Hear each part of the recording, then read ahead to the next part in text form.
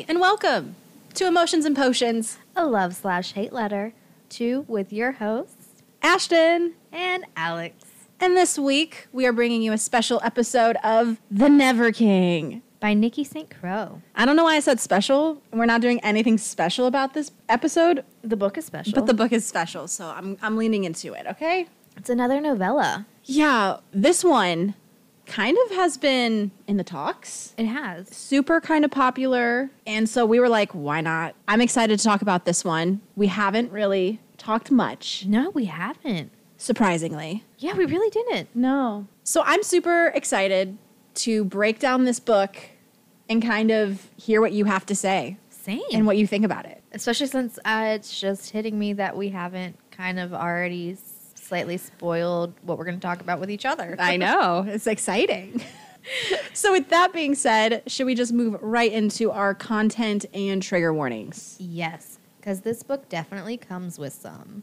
All right. So for the content warnings, we have reverse harem, mental illness, smoking, graphic/rough sex, sex in public, group sex, dub con, CNC, graphic violence, graphic language, captive/captivity, degradation, submission, bondage/ropes, blood play, and choking. Boy, that was a lot. I didn't think that was going to end as I was reading these. So funny thing, I told you this, but when Alex was the one who recommended that we do this book. And so I had obviously heard of it. I knew it was a Peter Pan retelling, but I did not read the synopsis. I didn't really know anything going in besides it was a Peter Pan retelling. Yeah. So when I realized it was a reverse harem, I kind of was like, oh shit. I Oh, didn't okay. realize it was a reverse harem, and I read the synopsis and watched a lot of TikToks about this, and don't know how I missed that part. Yeah, so talking of synopsis, you want to read that to us? The stories were all wrong. Hook was never the villain. For 2 centuries, all of the Darling women have disappeared on their 18th birthday.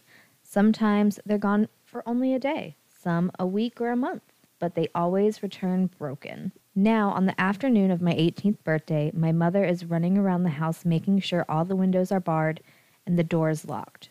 But it's pointless, because when night falls, he comes for me. And this time, the Never King and the Lost Boys aren't willing to let me go. The Never King is a dark retelling of Peter and Wendy. If you like your enemies to lovers romance with hot, ruthless, morally gray love interests, you'll enjoy The Never King and the Lost Boys. You can expect hate-kissing, fighting, bickering, and touch her and I'll unalive you vibes. That last part got me, because that's very accurate. Yes. I was like, yes, oh yeah. The synopsis already giving you a spoiler. No, I would not think that it was a reverse harem. I guess the fact that they bring up the Lost Boys might be like a soft hint that they're not willing to return her. But like, I feel like you would have to really... But that doesn't mean that they fuck her. Right. No, but in a romance, who knows? Especially like a dark romance, anything is possible. But no, I would not have expected it to be a reverse harem. Yeah, I mean, Based like on having read the book at this point, okay, yeah, maybe a little tiny sprinkle of a context clue, but... And also, that synopsis really only covers the first, 3 chapters. That does not give you anything about what the book is about, besides knowing that there's going to be, really intense, enemies to lovers tension. And Peter, Wendy, And Peter retelling. and Winnie. Yeah, and then, Winnie, or the Darling getting, Kidnapped on her 18th birthday. But that all happens in the first 2 chapters. Yeah. So it's like... The rest of the book, who knows? Who knows? You're about to know. Because we are going to tell you and spoil the crap shit out of it, as we always do. All right, but before we do that, we obviously have to get into our potion segment of the podcast. Alex made this magical-looking frozen drink for us today. So Alex, Potion Master, what did you prepare today? So I've dubbed this Neverland's Beach. I like that. Play on words. And what is in the Neverland Beach? So it is some banana rum cream, some dark pineapple rum, some orange juice, and then some banana pineapple orange juice cocktail mixture thing. frozen drink thing. And then there was supposed to be some cream of coconut, but I forgot to pack that when I was packing up everything else to come over here to record. But thankfully, you had some vanilla oat milk. So I used that instead of the cream of coconut. So if you're not a cream of coconut fan, use vanilla oat milk. If you like coconut, Use the coconut. use the cream of coconut. And then some ice. And I blended this. So we have a frozen, delightful concoction. It's the first frozen drink I've done. I've been dying to try this. Let's get it. Yes. That's very refreshing. That's like a good summer, like hot, I'm on a beach. beach side, whatever side. I will say I'm a coconut person, and I do think I would like the coconut as a substitute instead of the oat milk. Yeah. But It's still, Still not very bad. good. It's not bad with the vanilla oat milk, No. but same. I like coconut, so I would rather the cream of coconut in here. but not bad at all. Oh my God. Make sure to check out the episode description, our Instagram or TikTok, Emotions and Potions Pod, for this recipe. If you're interested in a really soft, like light frozen drink. Yeah, banana, pineapple, and then if you like coconut, could have coconut daiquiri, culotta-esque thing. You can garnish it and make it extra tiki vibes with like a pineapple wedge, an orange wedge, some whatever the green things that sometimes bartenders put in tiki drinks. I don't know, but You know, that's when you Anything. That's when you go to like a really bougie like tiki bar. okay. Yeah, but super good, Alex. Once again, you nailed it out of the park. I don't think there's been a drink this season that you have made for me that I haven't liked. So do with that as you will. I think that's a huge accomplishment. I think you need like a badge of honor. I know. or something. Like, that is a huge win. For real. Because you're not a huge drinker, and I've made you drink every single episode except one. But awesome, Alex. Way to go. Love that potion. Another really good one. So now that we have our potions, let's just jump right into this plot summary and break down what exactly happens in The Never King. A lot. Okay, so the book opens with Winnie Darling having lackluster sex in a car with the star quarterback of the football team, Anthony. Lackluster. That's such a good word for that scene. And that is what happened. Yes. She was not into it. After they finish, he drops her off at home and she returns to her frantic mother, Meredith, who is upset she was out as today is Winnie's 18th birthday. And on this day, the Darling women disappear to be returned sometime later, broken and with varying degrees of sanity left. Mary, who has been left very broken, thinks she's been like diagnosed as being schizophrenic. That's how broken she was returned. Has spent Winnie's life running and trying to protect her from the Darling curse. They are currently living in their 19th home that has a room set up to protect Winnie, which is something straight out of a horror movie. Like there's blood on the walls, different spells and runes. Just crazy. Like bad shit. Winnie tries to get more information out of her mother about who is going to try and take her, what will happen, where will they go. And we learn that it is Peter Pan who will come for her and take her to Neverland. And he takes the Darling woman as he thinks they can help him fix the magic of Neverland, as Peter is losing his grip on the heart of the island. I mean, to hear your mom say this probably sounds really crazy. Especially if she's been low-key kind of crazy your entire whole life. Kind of like, oh, mom's just rambling again. About Peter Pan. The myth of Peter Pan. Okay, Mom. Whatever you say. Go to bed. See you in the morning. Winnie, who doesn't totally believe the stories her mother has told her, and definitely is very much afraid of losing her own mind like her mother did, is just kind of like, all right, we're gonna, I guess, see where the night goes. And during the night, a storm starts, and someone breaks into Winnie's home, a tall, broad-shouldered, ripped and tatted man with silver rings on all his fingers enters the protection room. So much for the protection room. Yep, so much for them spending all of their money that they had on creating this protected little panic area. Like, it's literally a creepy panic room. Yeah. And this very handsome and strange man winds up lighting a cigarette, and he comes to collect Miss Winnie. Mary begs for him to spare her, and he reminds Mary that they always come back. What a comfort. Don't worry, she'll be returned, but she won't be the same. She's going to be batshit. She's going to be just like you. And then he snaps his fingers and everything for Winnie goes dark. Lovely start. I do appreciate that this book got right to it, though. Yeah, they didn't waste any time. No, it set some background, but then they just, like, dove in. And I appreciate that. With Especially since it's a novella as well. And it's a novella, yeah. So Peter winds up bringing Winnie to the Neverland treehouse, where we start to realize through the descriptors that the island and the magic are waning. We meet Peter's inner circle, Vane and the twins, Bash and Cass, and we find out the rules when it comes to the Darlings. The boys don't fuck them. They just break them. Yeah, okay. I'm not ready to sign up yet. But I love because in the book, that's literally, I think that's like a direct quote. Basically. Winnie wakes up the next morning chained to the bed. Kinky.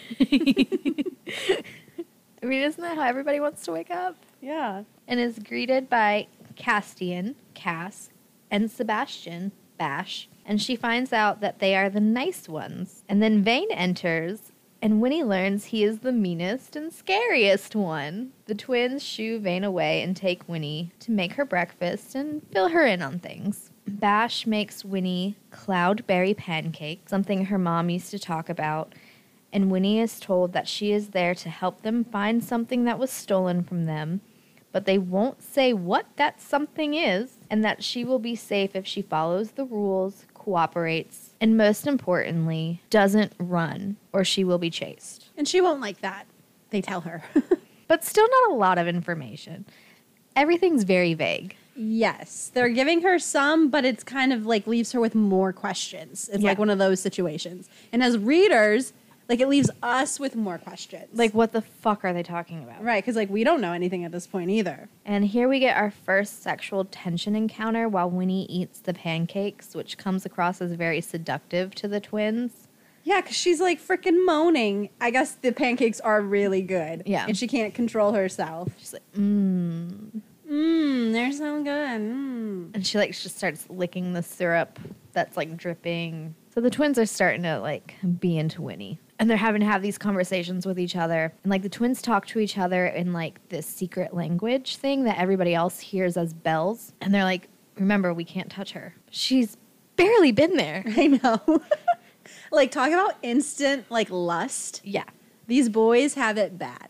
Cherry, who has a big crush on Vane, waltzes into the treehouse and meets the new darling. Her and Winnie seem to hit it off. So yay, she has a female ally. As the sun sets, Peter begins to wake up and Vane goes to meet him, and the two take Winnie down to the beach to show her Pan's territory and that she has no way to escape. Look at all this beautiful stuff. Don't try to go nowhere. Because you can't. Because you can't. And we will find you. Winnie starts to ask questions about why she's there and states that she can't help them and demands to be taken home. This act of defiance starts to make Vane turn more monsterish, which causes Winnie to break one of the rules and she runs away, which causes Peter to have to chase after her because Vane is going monster mode, and if he chases after her, there won't be anything left. Probably going to kill her. Yeah. Peter winds up taking Winnie back to the house, and she is definitely attracted to Peter. And he warns Winnie that he will be rooting around in her head soon to find out if she has any information that will help them find what was stolen. Still not telling her what it is that they're looking for. We get some backstory on Winnie's past, and we find out that her mother was a sex worker, and one of Winnie's idols and role models was Starla, who is another sex worker. And she taught Winnie about a girl's toolbox. And that is, there's no greater power than tits and brains. And, not or. Both. Remembering this, Winnie formulates a strategy to put a divide in the treehouse, and that this may be a way for her to get some help in going home. So, strategy number 1, she's gonna fuck a lost boy. Yeah, she's going to seduce one of the boys in hopes that she'll be able to find a way to escape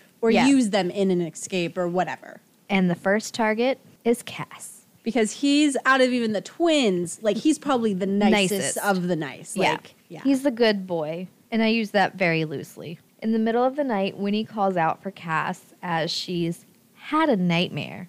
And he calms her down by creating an illusion in her room, which is like a beautiful starry night sky and like pretty forest surroundings. Because even though Peter has kind of lost some of his magic, there's still magic in Neverland. Yeah. And like the twins have some magic, Vane has some magic. So you'll see kind of those things throughout the book as well. We figure out why the twins have some magic. Because we find out they're fairies. Winnie uses this comfort and cuddling moment to try and seduce Cass. And he catches on to what she's doing and rejects her advances, even though he's turned on and he wants Winnie. So he leaves the treehouse to go get his release from a random town girl. And Winnie overhears this because he goes up to like some girl at a party and is like, "You, on your knees, suck my dick." Yeah, and she's just watching from the bedroom window. And there, it's like a bonfire outside the treehouse. And yeah, Winnie sees the whole thing. And so she's like, okay, I know he's attracted to me, but he's too nice. He's not going to act against Peter. Yeah. Like, that was her, I think, the fail with Cass. Yeah. Is that he's, like, too good. Too good. Like, That he's not going to break that, the rules. Right, and he has that moral compass. So Bash comes storming in to confront Winnie about how she got Cass all out of sorts. Because they also have this, like, twin telepathy. Like, they can feel each other's emotions. So, like, he knows something has set. And then Cass also, off. like, Cass, like, passes Bash, like, on his way out to go find the random hookup. And Bash is like, the fuck, bro? And so as they're arguing, Bash lets it slip that Pan is dying. Since Bash is starting to let some intel slip, and Winnie can sense his desire for her, she realizes her first Lost Boy sex target should be him. So she reaches out and gropes him. Coming in hot. Bash responds with a fuck it and commands Winnie to bounce on his cock. To which Winnie obliges.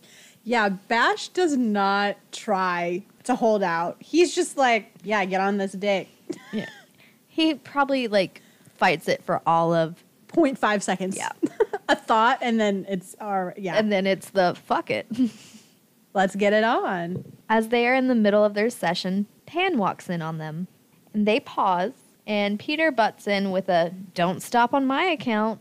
Go on and fuck her." Just as Winnie is about to orgasm, Pan pulls her off of Bash and sends him out of the room. Since she couldn't get off, Winnie starts to finger herself, and Peter inserts his fingers into Winnie and has her clean them off with her mouth. Once Winnie reaches her climax, Pan grips her face and tells her, "We don't fuck darlings. Stop fucking around or you will regret it," and leaves her still wanting in the room. That was a good scene. I liked that one. It was good. It was good. There was a lot of tension and pent up a lot of things. Peter winds up meeting up with Vane, who has fucked Cherry to help get rid of his problem of his little monster side taking over. Yeah, and I'm pretty sure Pan kind of ordered him. He's like, you have to sleep with someone. He's like, why not Cherry? She's obsessed with you. She wants you. It'll be easy. Just get it given, because like you're not going to be around the darling if you can't fucking control your temper, like your monstrous side. And Vane also gets informed that Bash has just fucked Winnie. And as the sun is about to rise, Peter must go off to bed. I have a theory on this. Okay. It hasn't been confirmed in the books yet. I think Peter's a vampire. Really? I just thought it was part of him losing what he lost and his magic waning, that it was a consequence of like whatever. So it was just like, as soon as he gets his thing back, what he's searching for, he'll be able to be out in the light. Well, the thing that's lost helps him be in the light because it's magic. And remember, they're like, no human has ever had a shadow. So Peter's not human. And when Winnie was like asking about what Peter is, one of the twins was like, oh, that's his story to tell. I feel like he's a vampire. But they also kind of hint at him being a god. I'm going vampire. Okay. I didn't really read all that much into that, but that would be a twist. Unconfirmed theory. Yeah. Following some morning coffee girl chats with Cherry and Winnie, Winnie learns about the territory, and we find out there are 7 islands, 7 kings. Every island has 2 shadows, a life shadow and a death shadow. And every king must have a shadow. Pan is king, but has lost his life shadow. So we finally know what the lost thing is. A shadow. The life shadow. Mm-hmm. And the death shadow is missing on Neverland. Cass and Bash are Fae princes who lost their wings when they killed their father and have been banished from the Fae court. Cherry is from Hook's pirate territory, and he hates Peter.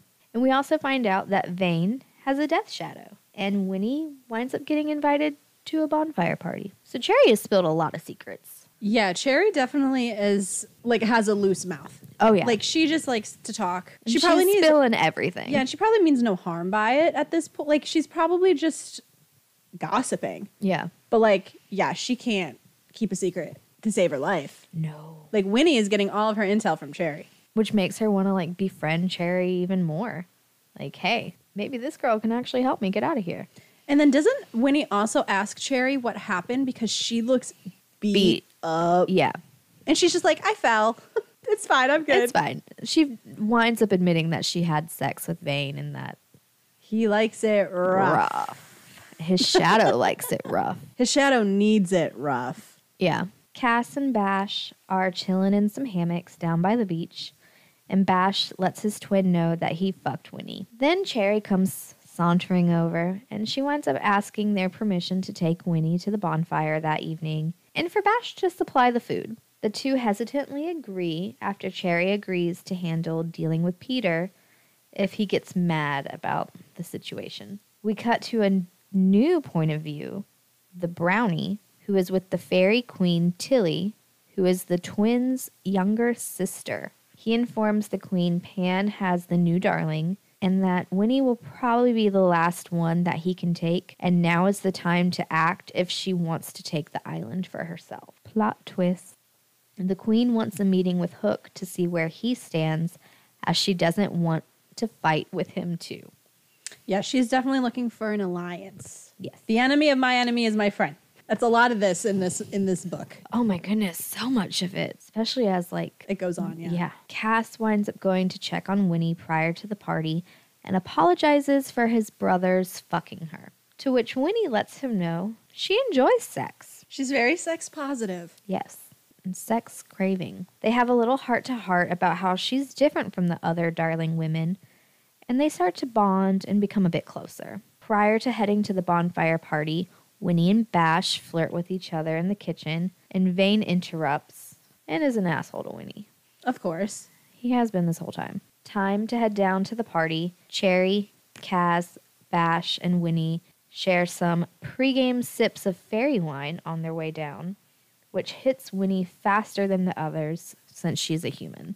Cherry and a drunken Winnie are playing cards with some of the Lost Boys, and one of them is getting handsy with Winnie under the card table, and she decides that she wants some more male attention, and since Cass, Bash, or Peter aren't around, this Lost Boy will do. Yeah, she's like, he's not as hot as, like, the other guys, but he's here. He's here, and he obviously wants it, so, okay. So she gets into his lap and starts kissing him. Time for Peter to wake up, and Vane informs him that Winnie is drunk and at a party and potentially about to fuck a Lost Boy. This enrages Peter, and he storms off to the bonfire. Once he reaches the festivities, he yanks Winnie off the boy, tosses her to Vane, and literally rips the Lost Boy's heart out, killing him instantly. Winnie and Pan start to argue, which leads to Peter kicking Winnie's legs apart, bending her over a table, and starts fucking her, saying, if you want to act like a whore, then I'll treat you like a whore. And he asks her if she wants to come. When she says yes, Peter makes her beg for it. Winnie begs, and then Peter tells her to come for him while the Lost Boys watch. And this sends Winnie over the edge to climax. Winnie then gets passed to Cass, who starts to fuck her pussy, while he beckons Bash over to fuck her mouth. After the twins fill Winnie, Pan declares no one else is to touch her. Then Vane joins the party, and when Winnie gets offered to him, he just spits in her mouth and walks off. Very Vane-like. Mm-hmm. And then Pan warns Winnie to never provoke him again. Winnie, instead of feeling used or any sort of negative way about this and what just happened, she's starting to realize that she no longer feels lost, and in fact, she might just be found. After having sex with Winnie, Peter and Vane go to take the edge off by killing some pirates at a local bar called the Black Dove. So during this, we also learn that the Death Shadow, which is what Vane has, is also referred to as the Dark One. And then the Life Shadow always belongs or has the title of King. So like that's kind of also the difference between the two shadows. So the two boys, they enter the bar, and two of Hook's men are not causing any troubles whatsoever, just casually drinking their beer. But Pan has some emotions he needs to release, so him and Vane start a fight and say, sorry, boys, it's your unlucky night. You just happen to be in the wrong place at the wrong time. Literally, talk about the worst luck ever. So we flash back to Winnie. So after her shower and after that fuckfest that had just happened, she climbs into bed with the twins, one twin on each side of her. Bash ties a bracelet around her wrist, telling her that the acorn cap is called a kiss and that it's also like magical or has magical qualities. Winnie is sore and the boys ask her if she is all right. And she never has been like, she's never experienced someone caring about her comfort. So like that kind of hits her hard. And she falls asleep after telling Bash her favorite food are croissants, he asks. So Winnie wakes up and finds Bash in the kitchen, and he has made her croissants for breakfast. Aww. So Peter's tomb gets brought up between the two. Winnie learns about Peter not being able to go in the sunlight without it killing him, but not what's causing it, and that he has to sleep underground, essentially. Vampire. Bash and Kaz decide to teach Winnie how to clean fish. During this, Winnie takes offense to Bash saying they need to take care of her, and she counters saying that she's taken care of herself her entire life. But Winnie is also kind of like malnutritioned. Like she's very, very skinny. And like the boys can tell, they're kind of like, what was Meredith doing? Like, why does Winnie look kind of sickly, essentially? Because they broke her to the point of insanity. She also learns that the Lost Boys like to kill people and murder a lot. Bash literally says, like, he's like, yeah, we murder people a lot. Casual. Because in their world, if you aren't the monster, you're the prey. We also learn that Cass is very good with a blade and Bash is very good with ropes. Bash finally lets Winnie in on a secret that the twins are the princes of the Fae. Confirms Cherry's story. Yes. So essentially the twins have been banished from their home due to killing their father. The twins tell Winnie the fish is for their sister, who will be coming to see the Darling now that the moon is full. Cass misses his sister greatly and feels awful that they had to leave her with no protection. Like, that's just something that he's really holding on to. So Winnie is walking around the treehouse and stumbles into a library where she finds Vane reading Frankenstein, which Winnie finds fitting. Very. Winnie pushes Vane, asking if he's such a dick due to the dark shadow. Winnie continues to push him by walking over and sitting on his lap. He pushes his dick into her behind and asks what she plans on doing now. He's not hard yet, and that pisses Winnie off. So she takes off her sweater and shirt, revealing her boobs to him, and that starts to make him hard. Brains and tits. So we get some steamy enemies bants that leads into a really good tension scene with Winnie and Vane. Honestly, all their encounters in this book are like tension scenes. Oh, yeah, and it's like that hate like that enemy kind of tension. Yeah. So Winnie is trying to take Vane's pants off, but then he has her pinned to the floor in like a heartbeat. She doesn't even see it coming. He warns her not to fuck with him and tells her he is only going to make her his pretty little broken fuck doll before leaving Winnie on the ground. Lovely. Such a gentleman. And that's a direct quote from said book. So Peter has woken up for the night and finds the Darling curled up in the library once he leaves his tomb. He is thinking about their night together and how he wants a repeat of the bonfire. And he notices that she's reading Frankenstein. Pan tells Winnie about his shadow and how a Darling took it and that ancestors can inherit memories, and that is why they take the Darling girls at the age of 18. Winnie puts together that the Fae Queen can search these memories by getting inside their minds, and she realizes that this is what causes the madness or the curse of her family. Winnie asks if there's another way, but Pan doesn't know. Pan is focused on getting her memories back because he is dying, and so is the island.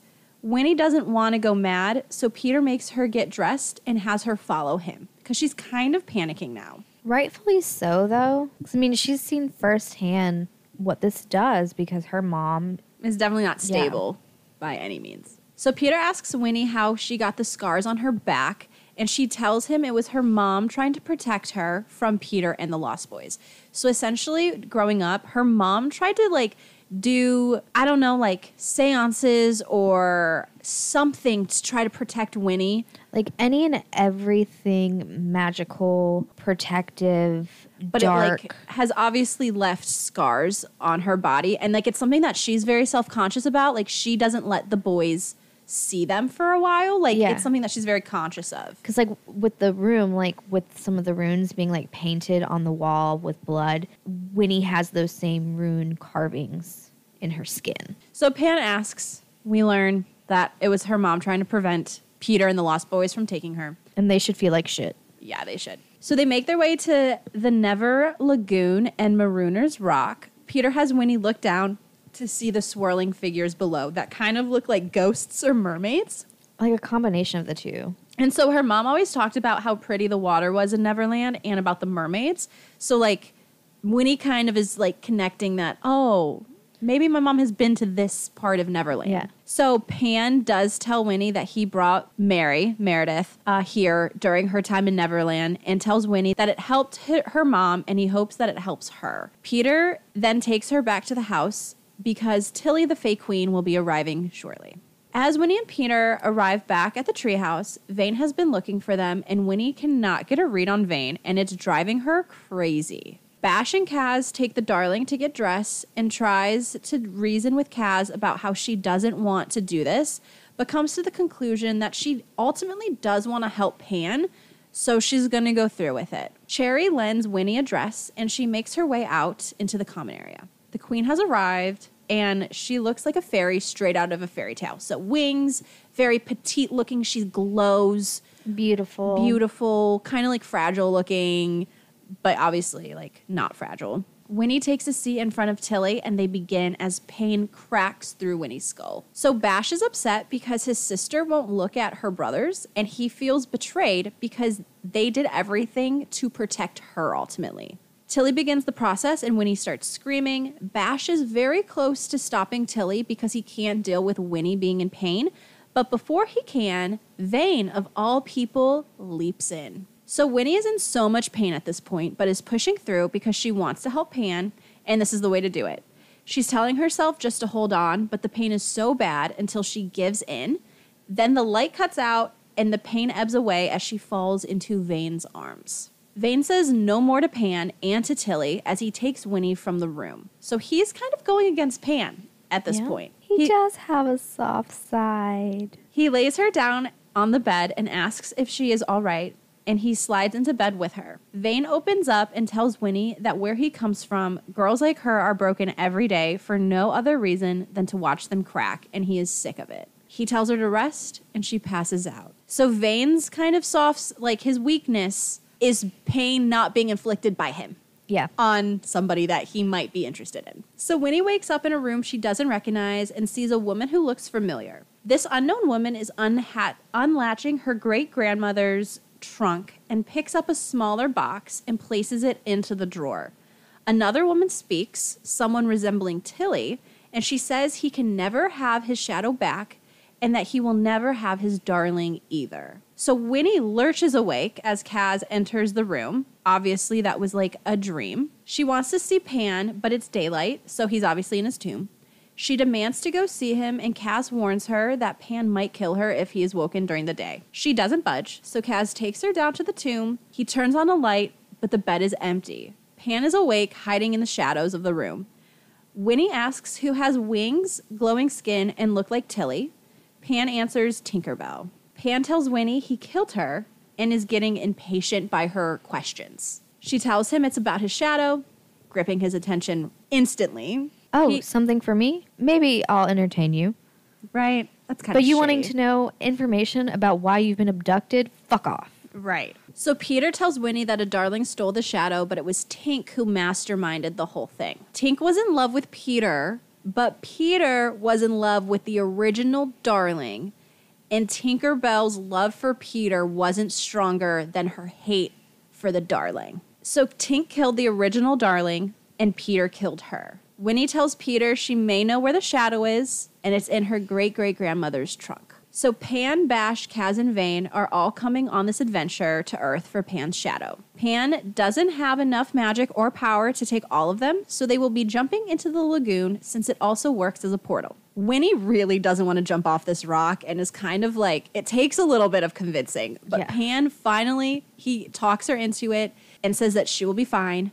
And on the count of 3, her and Peter jump into the lagoon. So when she comes up for air, she realizes that she is home. So the portal worked, she's fine. As they enter the house, Winnie calls for her mom, but there's no answer. As they head towards the living room, there is a man with her mom, and Pan calls him Brownie. Brownie always knew where the shadow was, and he still wants to stop Pan from retrieving it since he was a vicious king and no one wants him back on the throne. Tilly wants what is best for the island and believes her brothers could claim the 2 shadows for themselves. A fight then breaks out between the Brownies and the Lost Boys. So I also think like there's the main Brownie, but then he also has like 6 or 7 other Brownies with him. So it becomes this brawl, this death brawl.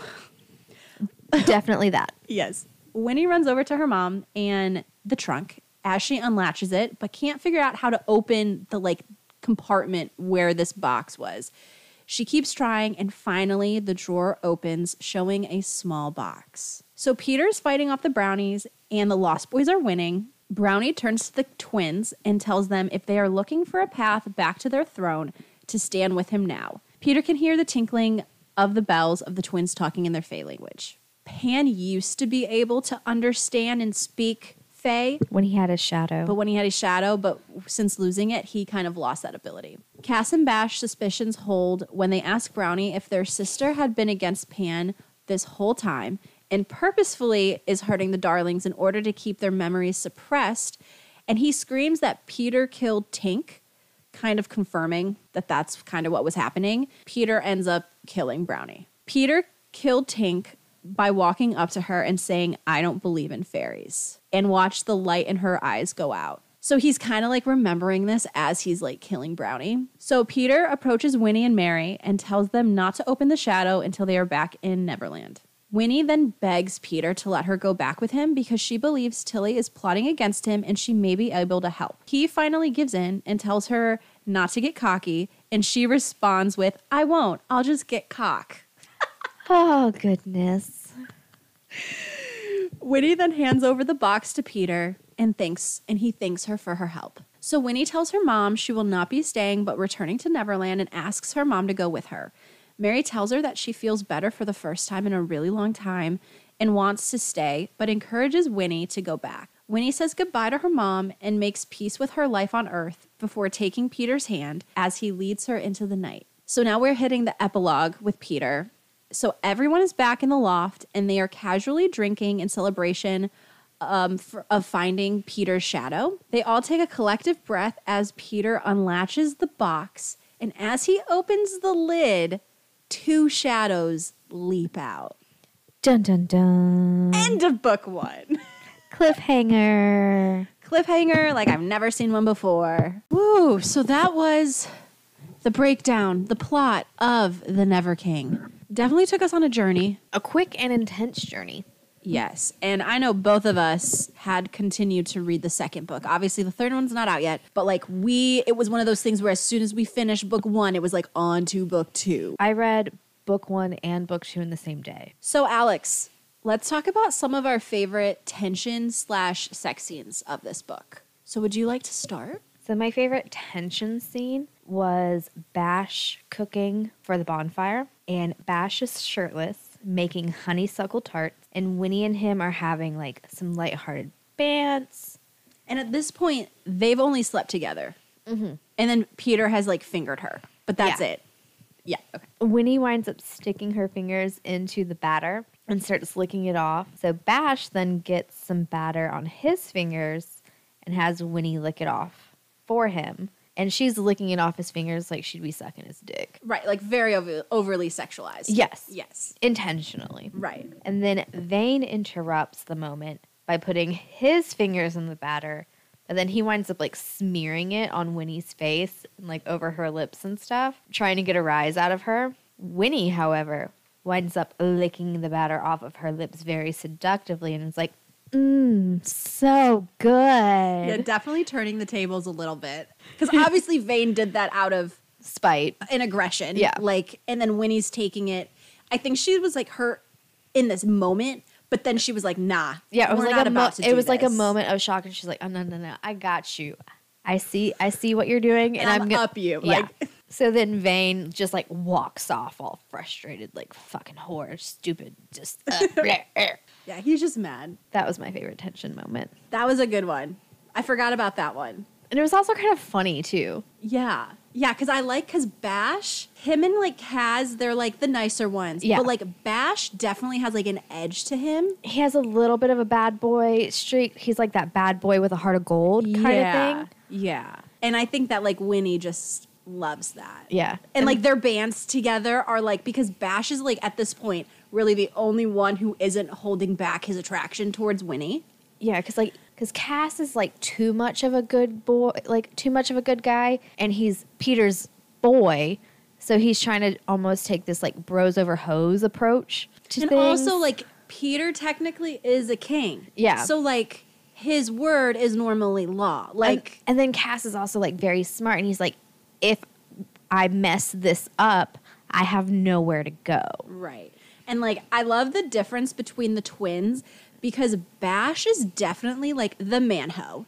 And the He rebellious thinks with, one. Yeah, he thinks with his dick. He is the type of like, if I had to put a quote with Bash, it would be ask forgiveness, not permission Yes. type of approach, where Cass is the reverse. Like he's going to follow the rules and he's going to think big picture and He'll break them if it's for the greater good. but not out for Winnie at this point. Yeah. Like, but Bash thinking with his dick, he's like, she's hot, she wants it, I want it. I want it. Fuck it. Fuck everything else. But let me fuck that. So what was your favorite sex scene? So my favorite overall sex scene was definitely the one that I went into a little bit more detail with in the plot breakdown, the bonfire sharing scene, minus Vane spitting into Winnie's mouth. Is it bad that I had that reaction again where I was like, do I like that? And then I'm like, no. No. But like, maybe if it was Vane. Like, I don't know. If it's a demon or Vane, sure. Yeah, not like realistically, not in like real life. But like if I was Winnie, I don't think I would have minded that, to be honest. And I think that scares me. We may need to look into that a little bit Worries further. It worries me a little bit, but. What about you? What were your favorite sexy moments? So my favorite tension scene was with Winnie and Vane in the library, where she sits in his lap, she like strips down, he pins her to the ground, and he's like, don't fuck with me. That is a good I'm gonna make one. you like my broken fuck toy. And then, yeah, I mean like that whole kind of scene. Like Yeah. that is just the epitome of like her and Vane. Oh, yeah. The aggression, the degradation. And like Winnie likes that. Like she likes when the guys call her a whore or like a slut. Like she likes that degradation secretly, or maybe not secretly. She's learning about that being a kink for her. Yeah. So like it's funny because it's like whenever Vane tries to overcompensate and like scare her, it makes her chase harder. Yeah, it gets her more hot and bothered. Yeah, because she's like, no, I want you, and I'm don't- going to have you. So you might as well just give it to me. Exactly. And my favorite sex scene was also the group scene in the bonfire. Had a little bit of everything. Yeah. Sharing, public, double penetration in some sense. Different holes. Different holes, two people in separate holes. Spitting, Yeah, you know, degradation. for some reason, the spitting wasn't as hot to me in this book as it was in Her soul. Her soul. Yeah. Well, that one, Because that was done it out was of different. love. Yeah. This Vane one, is spitting on her because he's like, you're beneath me. Yeah. And I don't want to fuck with you. Or do I? oh, he definitely does. All right. So I move it right into our loves and hates. Yes. Okay. You want me to start us off? Kick it off. So I really enjoyed this plot and the story of this retelling. And like over the two books that we've read, not just Never King, like I thought that it was very, like it kept me very intrigued. Like it was hard to set this book down because don't get me wrong, love the smutty elements of this book. But like the plot itself, I was like, This is I was actually hooked. really good. Especially, like, with it being a cliffhanger. That's why I immediately had to go to book 2. Because, like, Right. I need to know what happens. Yeah. Like, I really enjoyed it. And I think that it was a really good retelling of Peter Pan in, like, a darker sense, darker take. Yeah, that, I mean, kind of goes into, like, my first love is the dark retelling of Peter Pan. And then I loved it with Peter being the love interest this time around versus some other retellings that we've read where it's Hook who is the love interest. Yeah, surprisingly, this is the first one that I've read that it's actually Peter is the good bad guy. Yeah. Because obviously he has issues. He's not a good guy. But, like, in the story, he is the good guy. Like, he's Though I will the love say, interest. having to read out the synopsis about how, like, Hook isn't the villain, could the love interest potentially change in, like, book 3 and 4? Maybe. It could. I don't see that happening. But that was just something I thought about when I had to do the synopsis reading. Right, And I was like, right. oh, Maybe. this sentence, are things going to change? Or is it a Maybe. red herring? Yeah, maybe. Something else that I freaking loved about this book was all the POVs. Yes. Okay, so you get all the boys. You get the 4 Lost Boys. You get Winnie. You get Brownie. I think you get one from Tilly. Or is that book 2 where Tilly I don't starts? know. I don't know. Because then, Book 2, you get Tilly, Cherry, and Hook as an additional, like, there's so many POVs, and I personally just love multiple point of views because you really get into the head of every character, and it just builds that character it was, so much more. I feel like this is the most amount of point of views I've ever gotten from a series, but I'm not mad at it No. at all. No. And obviously, Winnie's the main one. She definitely has the bulk of the chapters in her point of view.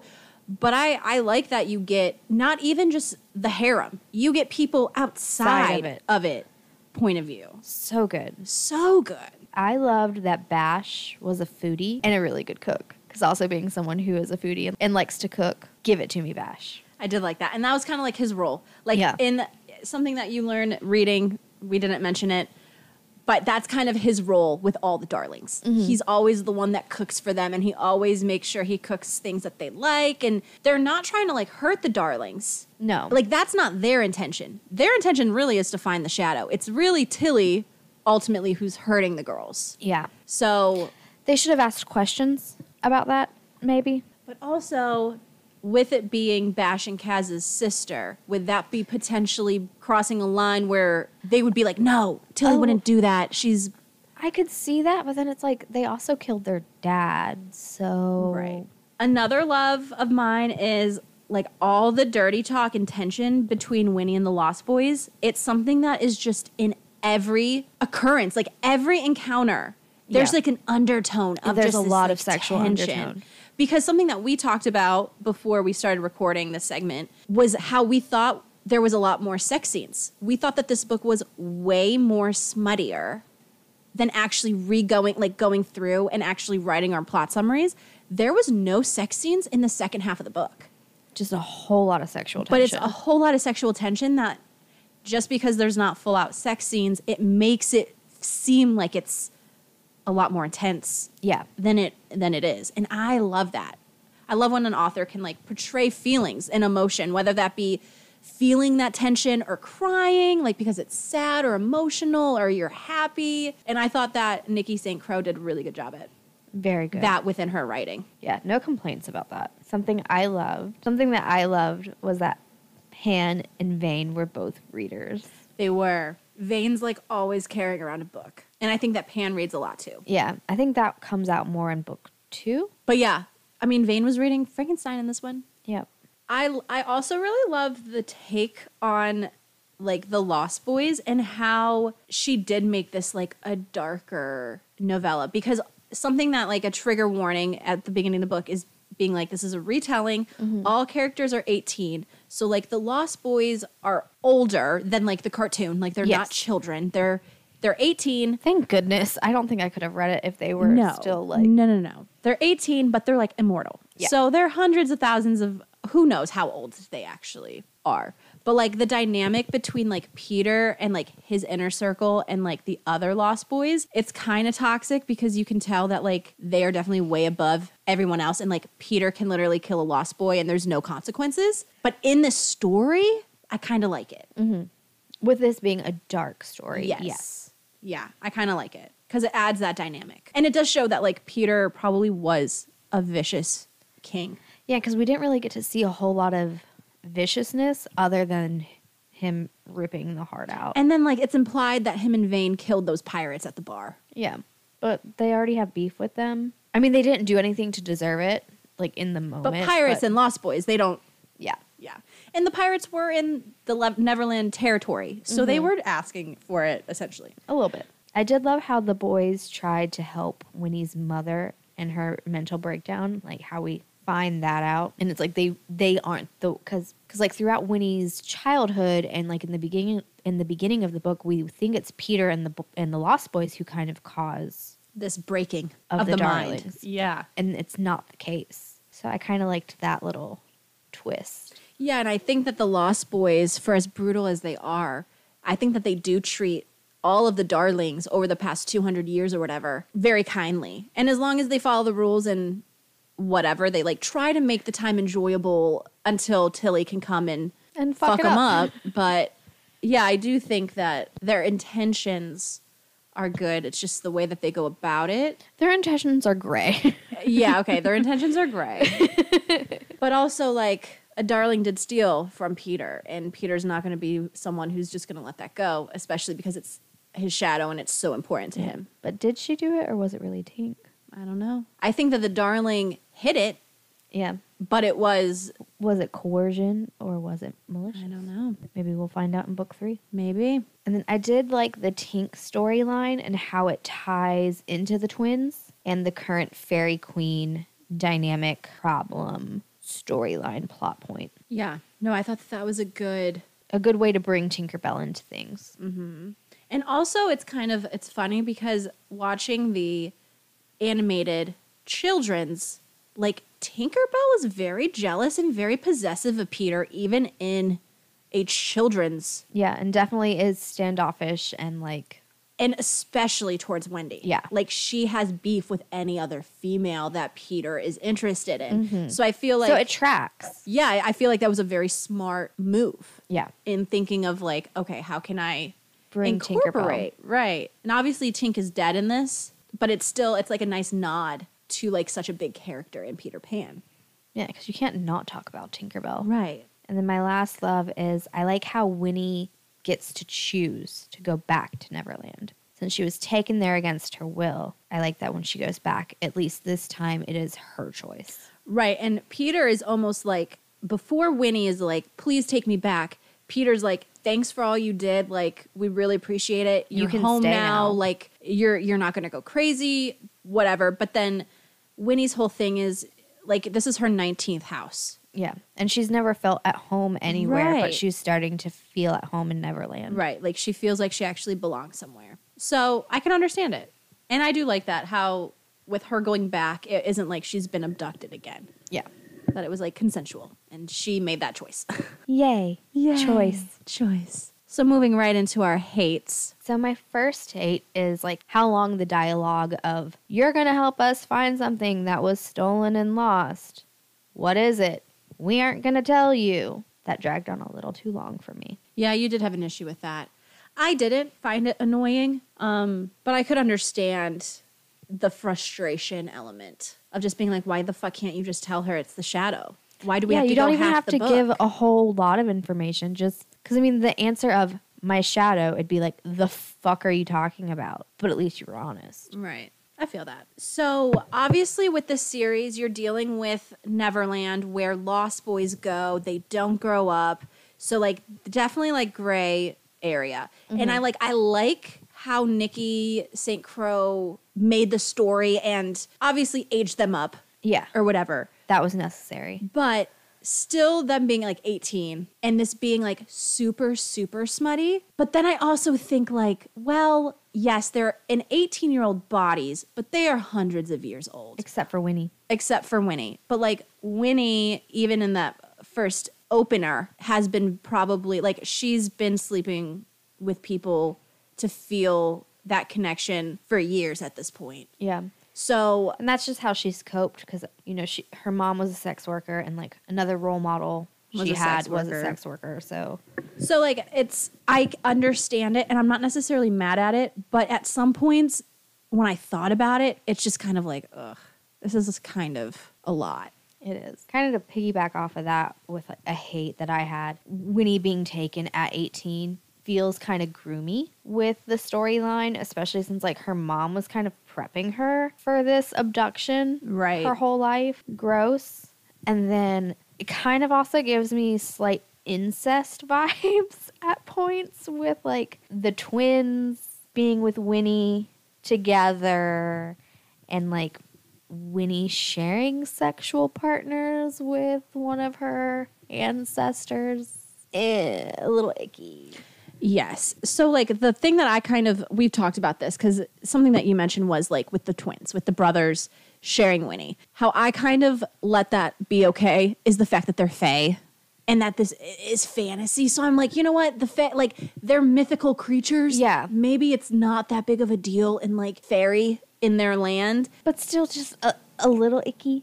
Right. And I mean, to go about like what you said about like a little bit with like Peter being in love with the first Darling, one thing that I did kind of find confusing is I feel like throughout the book, it changed who Winnie's grandma was. Because like, okay, so the original Darling was like 200 years ago. Mm-hmm. So would that would be like a great, great, great ancestor, right? Like 200 years? Would that be more than just a great, great? Depends on how long they live for. Because the thing is, Wendy, the original Darling Wendy, went to Neverland but was killed, which means that she could not procreate. She did not have any kids. And the curse is placed on Wendy's sister. Who was that person in the memory dream that Winnie had, putting the box in the trunk. Or just, like, seeing things, like hiding or whatever. But then it's like there's a point where Winnie's like, it's my great-great-grandmother Wendy's trunk. So I'm like, okay, is Wendy like a family name? Are there multiple generations of Wendy's? But it's like, why would you have two Wendy's? Like, the original Wendy couldn't also then, the little sister couldn't also be Wendy. Right. Like, you're not going to have two Wendy's simultaneously. Right. Yeah, so that was confusing, and I don't, because that's my last hate, is like the plot hole with the original Wendy Darling. Like, it was just a little muddy. Like, I wasn't totally sure what the fuck was going on with that. Yeah. Because I was like... Because it's like, clearly Winnie has to be a descendant of the little sister. I mean, she's definitely a descendant of the Darling family. Yeah, but it's like she has to come from the sister and not the Wendy in that thing. But then Nikki almost kind of alludes that to that Wendy being the great-great-grandmother, which is like, no, that can't be the case. Right. I don't know. So it's just a little confusing. So it was just like a little bit of plot holy. Yeah. And I will say my last hate is I wish these were longer. Like, I really enjoyed these stories, these books, and I'm not mad with what it's at. I think with the novella length, it works, and she does it well. Would I have loved these books to be like 100 pages longer? Definitely. For sure. But yeah, that's just like a personal kind of preference just because I was really sucked into this story. And I just felt like it went by very fast and I just wanted more. Totally agree with that. All right. Casting. Yes. Let's move into our casting calls for this novella of the Never King. And it's going to be kind of a big casting. It is a big casting because we're doing, obviously, the people in the harem. So we got Winnie, we got Peter, we got the twins, and we got Vane. Mm-hmm. And then we're also going to cast Cherry and Meredith. Yeah. Let's just get into it because we have like 6 people to cast. So who did you cast for your Winnie? So my Winnie is Phoebe Dynevor from Bridgerton. Okay. I like that. That's a good choice. And why did you cast her? Winnie is described as having like auburn, slightly reddish hair. And Phoebe Dynevor has that. And then she kind of has that like youthfulness to her. I mean, she is in her 20s. I aged some of them up a little bit just because. Me too. Don't really care for the I whole didn't want to 18 cast a 17-year-old in this role. Yeah. Like, yeah. And then I also feel like Phoebe's face is kind of gives me the cartoon Wendy vibe a little bit too, but like obviously older. So I ended up going with Ariel Winter from Modern Family. Ooh, good choice. Yeah, because she has naturally dark hair. So I was picturing Wendy with like darker hair. I must have missed the description or thought the description was wrong. But Ariel Winter currently has like auburny hair. So I was like, oh, okay. And the same kind of with your choice. Like she has that youthfulness, but she's over 20. She's 24. So like I felt comfortable casting her in like this type of role. But she does have that like youthfulness and she's obviously beautiful. Yes. So like guys would probably be like, yep, I'm cup gonna of see tea, that. let's go. So who did you cast for your Peter? So my Peter, I cast Thomas Doherty. He was in one of the Descendants movies, and he's been in some other stuff. But like just his like angular face and like sharp jawline and being darker featured with like these very alluring eyes. I'm like, ooh, that spoke to me with like how the Peter was described. I feel that. So I went with a recast, kind of on the same wavelength of Alex Skarsgård. Like, he is someone who I would cast for any younger roles who has, like, darker features, and that's Jacob Elordi You as also Peter. just love him. I don't know why I'm so obsessed with this person. I just think he's beautiful. And he also, like, in Euphoria, like, Nate is kind of, like, a bad guy. So, like, he can definitely pull out that, like, bad guy, but he also has, like, the sex appeal, like, add some tattoos, add some rings. I think he would be a fantastic Peter. It's definitely a good choice. Yeah. And so I'm just warning you, like, I will cast those two, Alex Skarsgård and Jacob Elordi, in more future episodes. That's and I'm fine. not It's sorry. our podcast. We can cast who we want. Yeah.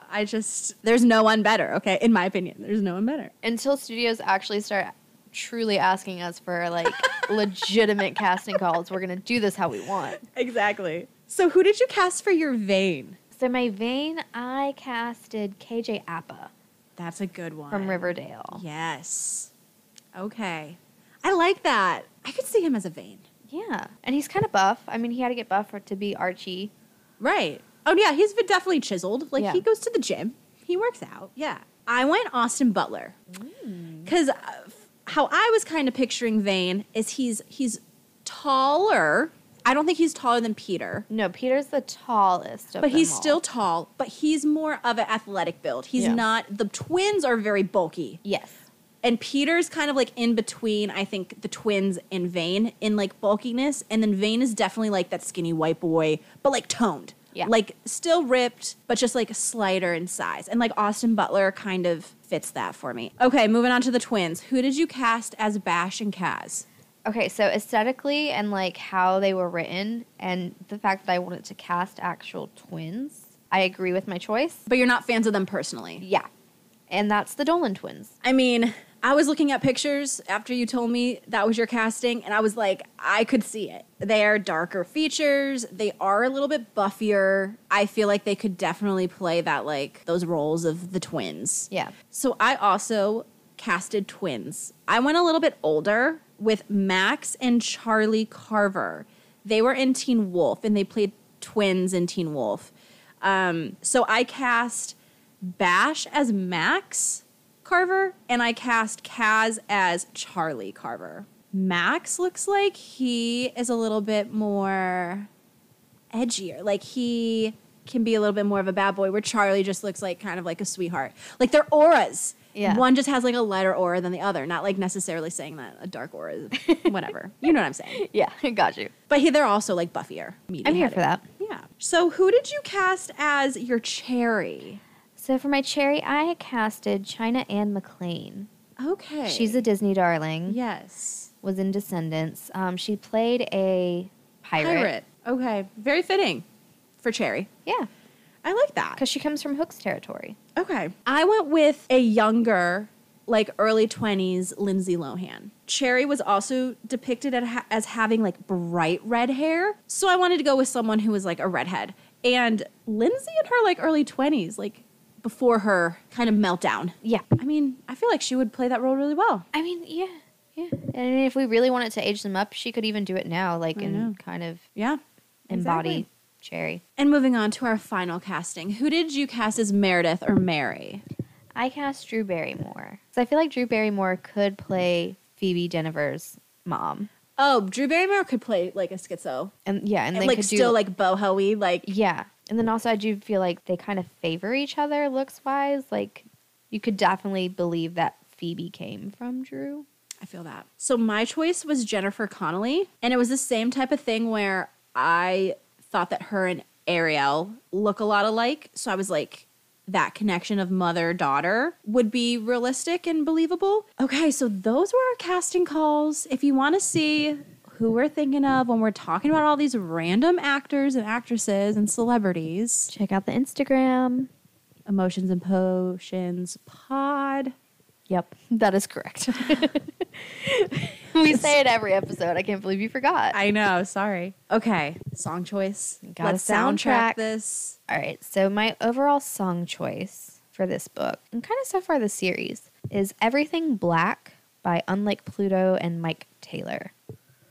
I like that for the overall theme. Yeah. For the whole book vibe. Mm-hmm. So I did not do an overall book or an overall song choice for the book, but I did do a Lost Boys anthem, which was Immortals by Fall Out Boy. And it's like edgier. Yeah. Like it would fit It would. the Lost Boys. I also gave the Lost Boys a theme. Ooh, what did you choose? Me and My Demons by Omido and Silent Child. Very cool. I like that. Does it give very much? It's very dark. I mean, the song Me and My Demon, like they all got demons. Oh, for sure. I have a song that the Lost Boys, it's a Lost Boys song towards Winnie, and it's Such a Whore Baddest remix by JVLA. Yeah. Yeah, that remix is just so good. It is. So that's definitely my song from the Lost Boys to Winnie. I have a song for like Battle for Neverland, Ooh, okay. and that's Black Sea by Natasha Bloom. Ooh, that is a good one. You picked some good songs. I like your categories too. Thanks. So I have a category of when Winnie finds her Lost Boys and realizes Neverland is home she's always been searching for. It's a very long description. But it's Lost by Maroon 5. It kind of talks about how they were lost until they found. Yep. And then they are no longer lost, and they're found and happy and X, Y, and Z. Everything beautiful. Yes. My next song choice is for the Darlings in Neverland. Like anytime a darling goes to Neverland for the first time. And that's New Girl by Phineas. That's a good one. I listened to that a few times on the playlist. And that's very fitting. So I also have a song for Winnie trying to get with the Lost Boys. Ooh. And that's Need to Know by Doja Cat. That song is so sexual. Yeah. But it's also a banger. It's so good. Good pick. Yes. Thank you. My next category is when the Darlings return to the real world. Ooh, okay. And that's Ramblings of a Lunatic by Bears and Trees. I don't think that one needs any explanation. Right. Poor darlings when they just get dropped back into reality. Sorry, have fun living life. So my last song, I also had New Girl by Phineas. And my caption was Bash and Kaz towards Winnie from the jump. Because they were very on it. Yeah, that's another good way to like interpret that song. Yeah, yeah. And then my final song choice is Winnie's song. Ooh, okay. And that is Talk to My Skin by Stalgia. Ooh, okay. Is that just like embracing? Yeah, just like if you want to talk to me naked. Ah. Basically. Okay. Very on brand for Winnie. Love it. So once again, if you want to listen to our full playlist, that includes more than just 11 songs. Yep. There's a lot of them on there. There's a lot. Head over to Spotify, Emotions and Potions Pod. It's literally labeled The Never King. Yep. And you can find all of our other playlists and over there, it's going to be linked in the episode description. It's in our link tree, which you can find on our Instagram. There's lots of ways to get to all of the things. Yes. So before we do our letter reveal, let's do some ratings. Chicken, wow, what's that spice rating? Okay. So I went a 4 out of 5 for the spice because I thought that there was a lot going on in this book. Yeah. And I think that the undertones of just like that sexual frustration tension added a lot to the spice level. That's fair. I'm What did going a little lower. Okay. I think this is the first time that I have rated the spice of the book higher than you. Probably. Okay, so what did you do? Maybe it's happened before. What did you do? It's not common. No. Normally, I feel like I underball them. I'm going to go 3.5. Oh, okay. I mean, still spicy. Still plenty of spice. Plenty of spice. But it's not that kinky. Interesting. That's interesting. I love how we always have different spice it's ratings. dirty. It's definitely a dirty book. I mean, there's. I just think about that bonfire scene. Like that is a 4. I feel like there was sharing. It was public. People were watching. You had the twins kind of gangbanging her in a sense. A little bit. Zane spitting in her mouth. I mean, there was a lot of degradation, like conversation, like just the banter during the sex scenes. Like, yeah, but then like, going back and it's like there really wasn't that many actual scenes in this book. Yeah. I think is where I kind of start to lower it a little bit. Yeah. Because I will agree with you that the amount of sex scenes not a lot wasn't actually crazy. It was more tension than action. Right. And I guess I just rated it a little bit higher because of the overtone of just how overtly sexual the book is. It definitely is. Yes. But okay, 3.54, that's not that far off. So like we're in the same ballpark. I mean, you can round a 3.5 up to a 4. So for my overall ranking, I went a 9 out of 10. I really enjoyed this book. I thought it was pretty good. I didn't have a whole lot of complaints with it. I really enjoyed it, giving it a 7.5 though. Really? Interesting. Just because there are some things that I do take issue with. Like the plot hole thing, kind of big for me. And that follows into book 2. So that's, it doesn't get cleared up. Like, you're still kind of like, wait, what is going on? I'm confused. Fair enough. And then just kind of like the looking back, groomy, potential, questionable, incesty vibes. I feel that. But see, But it's not a bad book. Right. Like, it's nothing that, like, turns me off from reading it. Obviously, I immediately picked up the second one, and I'm super excited for the third one to get released, and very excited that there is going to be a fourth. But just as far as, like, rating it more so for, like, the masses. Mm-hmm. I feel that. 7.5. See, I personally, when we're talking about it, I can definitely understand where you're coming from with, like, your issues with, like, potential groomy, potential incesty, like, that type of thing. For me personally, I didn't really pick up on those things, and I didn't really have issues with it. I guess with, like, the grooming aspect, the fact that none of the other Darlings have ever had sexual relations with the Lost Boys, and it wasn't her mom grooming her to be ready for this sexual awakening and encounter. She was getting groomed to be kidnapped, though. Right. Because of a curse. It's fantasy. I don't feel like groomy. Like, that's the only, like, I get it. But for me personally, I didn't feel that way. And then with the incesty things, I'm just like, they're fairies. But if we didn't have that fantasy element, I feel like the fantasy is what makes everything okay. Yes. But if you took out the fantasy and had all of this be in, like, real life, London versus Neverland, super problems. Yes. But I think that it's the fact that it's a retelling and it is supposed to be very fantasy. Me personally, I didn't have any issues with kind of the setup of how things happen. Yeah, fair. And so I guess that's also why I, like, rated it higher, just because, like, I just really, really enjoyed it, and I didn't have... Imagine if this was someone's first introduction to a retelling of Peter Pan. Oh, my goodness. I mean, I haven't really read any retelling of Peter Pan that's been like, oh, this is, like, an easy entrance into... I mean, Hooked was not... That was very, very smutty. And then the Wicked Villain series that we've read with Pan and Tink, like, that was very smutty.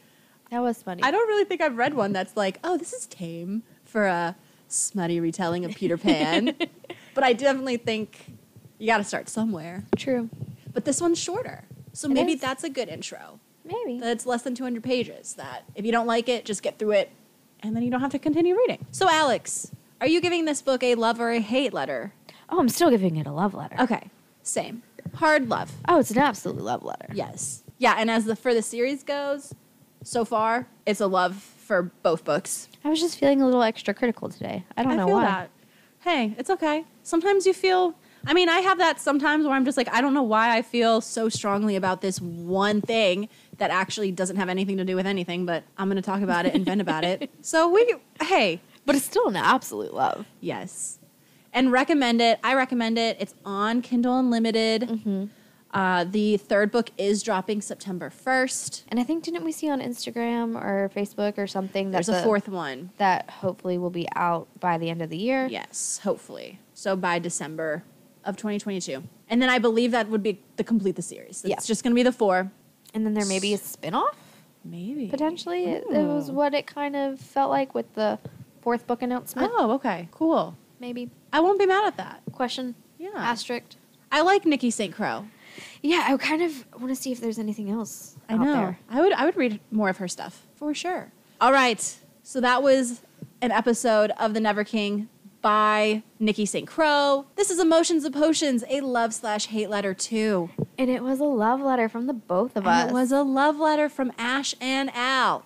Ay. Make sure you follow, subscribe, rate, review, everything positive. Slide into our DMs. Leave us suggestions, comments, if they're nice. And we hope you enjoyed the episode. And until next time, bye.